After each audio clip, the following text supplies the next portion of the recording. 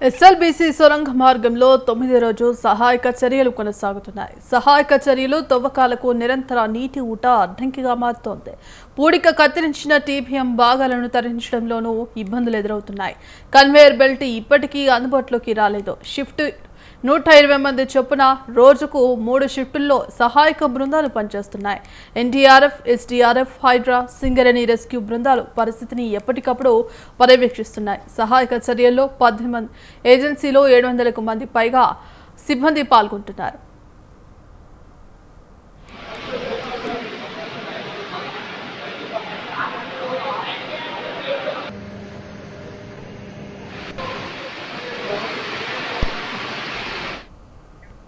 ఈ దుర్ఘటనలో చిక్కుకున్న 8 మంది కార్మికులు దాదాపు మరణించినట్లు అధికార యంత్రాంగం అంచనా వేస్తోంది. వారు ప్రాణాలతో ఉండే అవకాశాలు ఉన్నాయనే దానిపై 1% ఆశలు ఉన్నప్పటికీ టన్నెల్లో పరిస్థితిని పరిశీలిస్తే కష్టమైన ఆందోళన వ్యక్తమవుతోంది. ఇవాళ 4 వెలికి తీసే అవకాశం ఉందని ప్రభుత్వ వర్గాలు అంచనా వేస్తున్నాయి.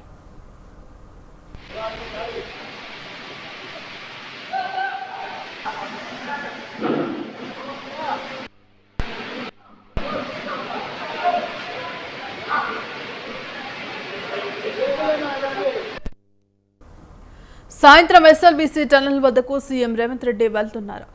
వనపర్తి పర్యటన అనంతరం అక్కడికి చేరుకోనున్నారు. ఘటనా స్థలిలో సహాయక చర్యలు సీఎం పర్యవేక్షించి అధికారులకు పలు సూచనలు చేయనున్నారు.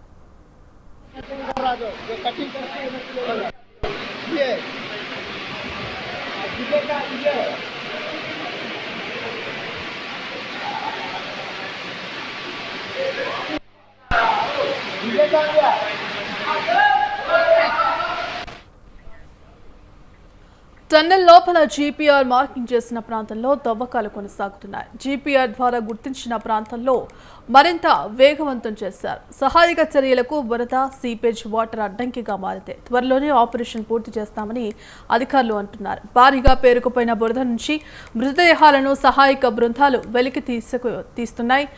టన్నెల్ లోపల జీపీఆర్ మార్కింగ్ చేసిన ప్రాంతంలో తవ్వకాలు కొనసాగుతున్నాయి. టన్నెల్లో 7 మీటర్ల లోతులో 4 మృతదేహాలు గుర్తించారు. మృతదేహాలను సొంత గ్రామాలకు తరలించేందుకు అంబులెన్స్ కూడా సిద్ధంగా చేశారు. ఘటనా స్థలికి మృతుల కుటుంబ సభ్యులు చేరుకోగా వాళ్ల రోదనలతో ఆ ప్రాంతమంతా విషాద ఛాయలు అలుముకున్నాయి.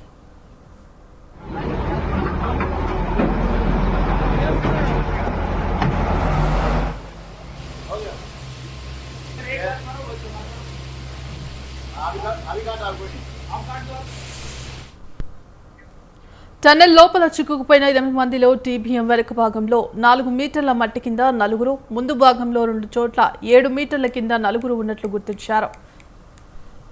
సిమెంట్ నీరు కలిసి 3 మీటర్లు బంధంతో కాంక్రీట్ గా మారిన ప్రాంతాన్ని డ్రిల్లింగ్ చేస్తే వైబ్రేషన్తో ఎక్కడ పైకప్పు కదులుతుందనని ఆందోళన చెందుతున్నారు.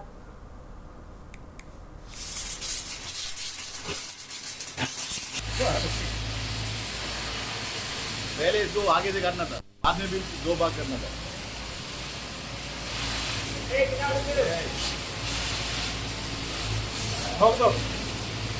तो ऐसे सब हो जाएगा.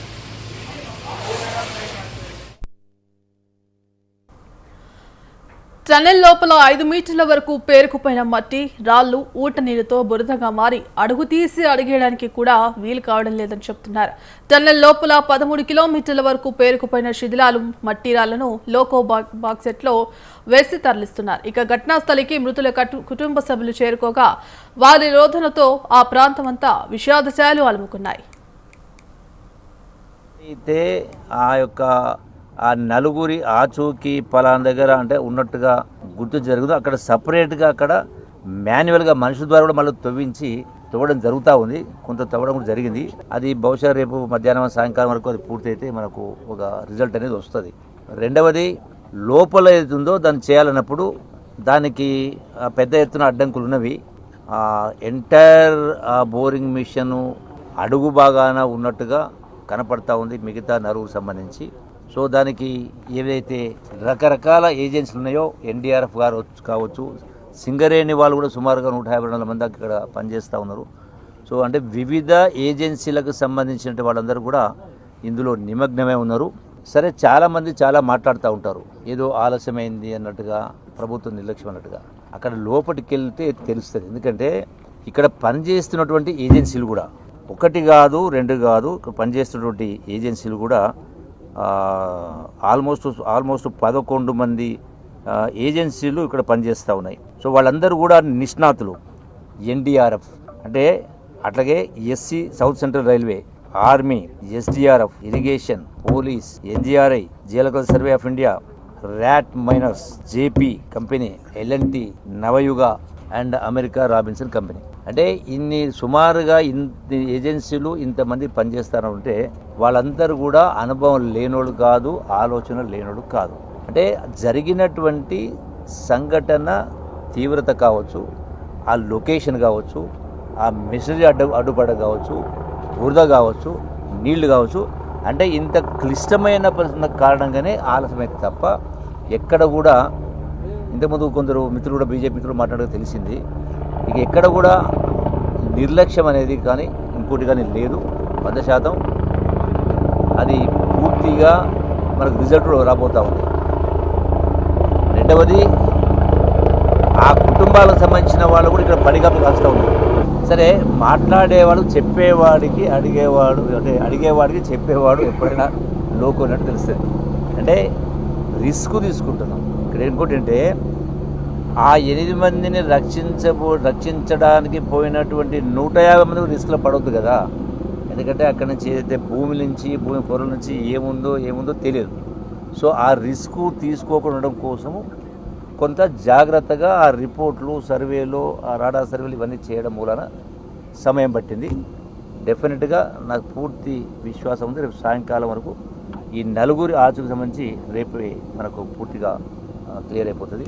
సో మిగతా దానికి సంబంధించి ముందు దానికి కొంచెం సమయం పట్టవచ్చు. సేమ్ టైం ఎక్కడైతే ఆ 4 ఆచూకీ పలానా దగ్గర అంటే ఉన్నట్టుగా గుర్తు జరుగుతుందో అక్కడ సపరేట్గా అక్కడ మాన్యువల్గా మనుషుల ద్వారా